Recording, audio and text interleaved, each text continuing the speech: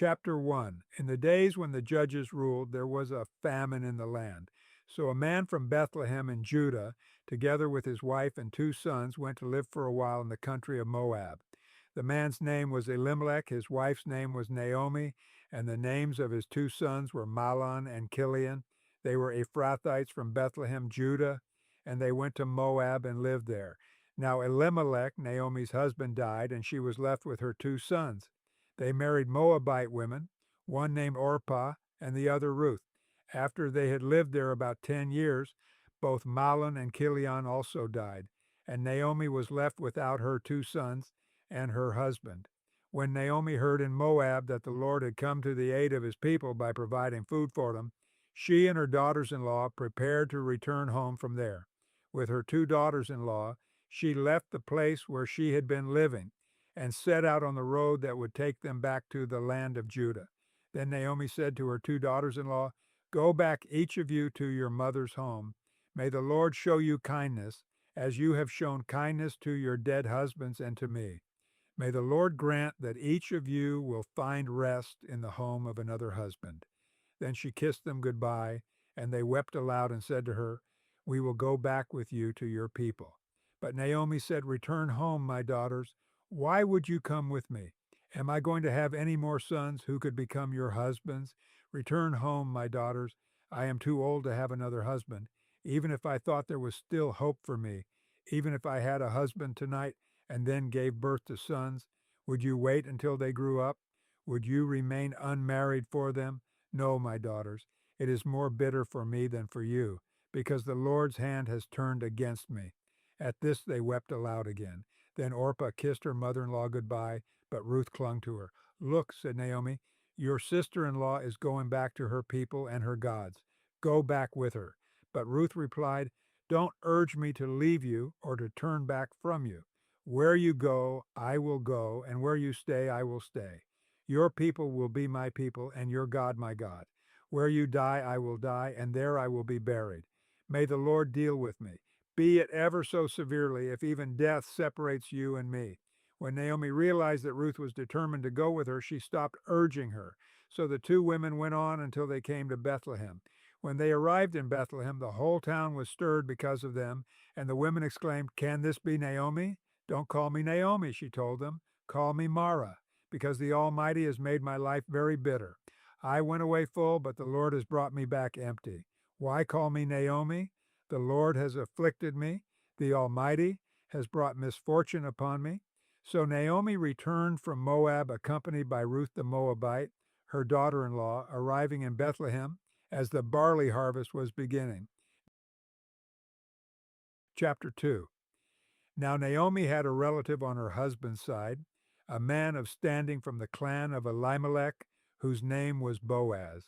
And Ruth the Moabite said to Naomi, "Let me go to the fields and pick up the leftover grain behind anyone in whose eyes I find favor." Naomi said to her, "Go ahead, my daughter." So she went out, entered a field, and began to glean behind the harvesters. As it turned out, she was working in a field belonging to Boaz, who was from the clan of Elimelech. Just then Boaz arrived from Bethlehem and greeted the harvesters. "The Lord be with you." "The Lord bless you," they answered. Boaz asked the overseer of his harvesters, "Who does that young woman belong to?"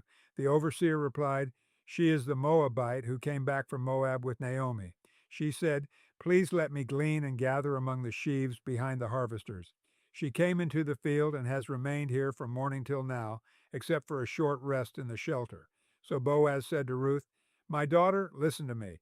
Don't go and glean in another field, and don't go away from here. Stay here with the women who work for me. Watch the field where the men are harvesting and follow along after the women. I have told the men not to lay a hand on you. And whenever you are thirsty, go and get a drink from the water jars the men have filled." At this she bowed down with her face to the ground. She asked him, "Why have I found such favor in your eyes that you notice me, a foreigner?" Boaz replied, "I've been told all about what you have done for your mother-in-law since the death of your husband, how you left your father and mother and your homeland and came to live with a people you did not know before. May the Lord repay you for what you have done. May you be richly rewarded by the Lord, the God of Israel, under whose wings you have come to take refuge. "May I continue to find favor in your eyes, my lord," she said. "You have put me at ease by speaking kindly to your servant, though I do not have the standing of one of your servants." At mealtime, Boaz said to her, "Come over here. Have some bread and dip it in the wine vinegar." When she sat down with the harvesters, he offered her some roasted grain. She ate all she wanted and had some left over. As she got up to glean, Boaz gave orders to his men. "Let her gather among the sheaves and don't reprimand her. Even pull out some stalks for her from the bundles and leave them for her to pick up, and don't rebuke her." So Ruth gleaned in the field until evening. Then she threshed the barley she had gathered, and it amounted to about an ephah. She carried it back to town, and her mother-in-law saw how much she had gathered. Ruth also brought out and gave her what she had left over after she had eaten enough. Her mother-in-law asked her, "Where did you glean today? Where did you work? Blessed be the man who took notice of you." Then Ruth told her mother-in-law about the one at whose place she had been working. "The name of the man I worked with today is Boaz," she said. "The Lord bless him," Naomi said to her daughter-in-law. "He has not stopped showing his kindness to the living and the dead," she added. "That man is our close relative. He is one of our guardian redeemers." Then Ruth the Moabite said, "He even said to me, 'Stay with my workers until they finish harvesting all my grain.'" Naomi said to Ruth, her daughter-in-law, "It will be good for you, my daughter, to go with the women who work for him, because in someone else's field you might be harmed. So Ruth stayed close to the women of Boaz to glean until the barley and wheat harvests were finished, and she lived with her mother-in-law. Chapter 3. One day Ruth's mother-in-law Naomi said to her, "My daughter, I must find a home for you where you will be well provided for. Now Boaz, with whose women you have worked, is a relative of ours. Tonight he will be winnowing barley on the threshing floor. Wash, put on perfume, and get dressed in your best clothes. Then go down to the threshing floor, but don't let him know you are there until he has finished eating and drinking. When he lies down, note the place where he is lying. Then go and uncover his feet and lie down. He will tell you what to do." "I will do whatever you say," Ruth answered. So she went down to the threshing floor and did everything her mother-in-law told her to do. When Boaz had finished eating and drinking and was in good spirits, he went over to lie down at the far end of the grain pile. Ruth approached quietly, uncovered his feet, and lay down. In the middle of the night, something startled the man. He turned, and there was a woman lying at his feet. "Who are you?" he asked. "I am your servant Ruth," she said. "Spread the corner of your garment over me, since you are a guardian redeemer of our family." "The Lord bless you, my daughter," he replied. "This kindness is greater than that which you showed earlier. You have not run after the younger men, whether rich or poor. And now, my daughter, don't be afraid. I will do for you all you ask. All the people of my town know that you are a woman of noble character. Although it is true that I am a guardian redeemer of our family, there is another who is more closely related than I. Stay here for the night, and in the morning, if he wants to do his duty as your guardian redeemer, good, let him redeem you. But if he is not willing, as surely as the Lord lives, I will do it. Lie here until morning." So she lay at his feet until morning, but got up before anyone could be recognized, and he said no one must know that a woman came to the threshing floor. He also said, "Bring me the shawl you are wearing and hold it out." When she did so, he poured into it 6 measures of barley and placed the bundle on her. Then he went back to town.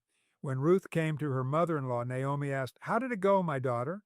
Then she told her everything Boaz had done for her and added, "He gave me these 6 measures of barley, saying, 'Don't go back to your mother-in-law empty-handed.'" Then Naomi said, "Wait, my daughter, until you find out what happens, for the man will not rest until the matter is settled today." Chapter 4. Meanwhile, Boaz went up to the town gate and sat down there just as the guardian redeemer he had mentioned came along. Boaz said, "Come over here, my friend, and sit down." So he went over and sat down. Boaz took 10 of the elders of the town and said, "Sit here." And they did so. Then he said to the guardian redeemer, "Naomi, who has come back from Moab, is selling the piece of land that belonged to our relative Elimelech. I thought I should bring the matter to your attention and suggest that you buy it in the presence of these seated here, and in the presence of the elders of my people. If you will redeem it, do so. But if you will not tell me, so I will know. For no one has the right to do it except you, and I am next in line. I will redeem it, he said. Then Boaz said, On the day you buy the land from Naomi, you also acquire Ruth the Moabite, the dead man's widow, in order to maintain the name of the dead with his property. At this, the guardian redeemer said, Then I cannot redeem it because I might endanger my own estate. You redeem it yourself. I cannot do it. Now, in earlier times in Israel, for the redemption and transfer of property to become final, one party took off his sandal and gave it to the other. This was the method of legalizing transactions in Israel. So the guardian redeemer said to Boaz, Buy it yourself. And he removed his sandal. Then Boaz announced to the elders and all the people, Today you are witnesses that I have bought from Naomi all the property of Elimelech, Kilion, and Mahlon. I have also acquired Ruth the Moabite, Mahlon's widow, as my wife, in order to maintain the name of the dead with his property, so that his name will not disappear from among his family or from his hometown. Today you are witnesses. Then the elders and all the people at the gate said, We are witnesses. May the Lord make the woman who is coming into your home like Rachel and Leah, who together built up the family of Israel. May you have standing in Ephrathah and be famous in Bethlehem. Through the offspring the Lord gives you by this young woman, may your family be like that of Perez, whom Tamar bore to Judah. So Boaz took Ruth, and she became his wife. When he made love to her, the Lord enabled her to conceive, and she gave birth to a son. The women said to Naomi, Praise be to the Lord, who this day has not left you without a guardian redeemer. May he become famous throughout Israel. He will renew your life and sustain you in your old age.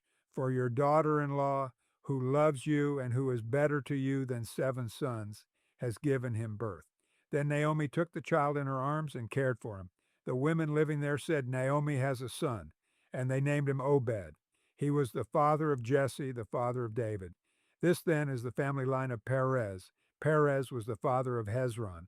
Hezron, the father of Ram. Ram, the father of Aminadab. Aminadab, the father of Nahshon. Nahshon, the father of Salmon. Salmon, the father of Boaz. Boaz, the father of Obed. Obed, the father of Jesse. And Jesse, the father of David.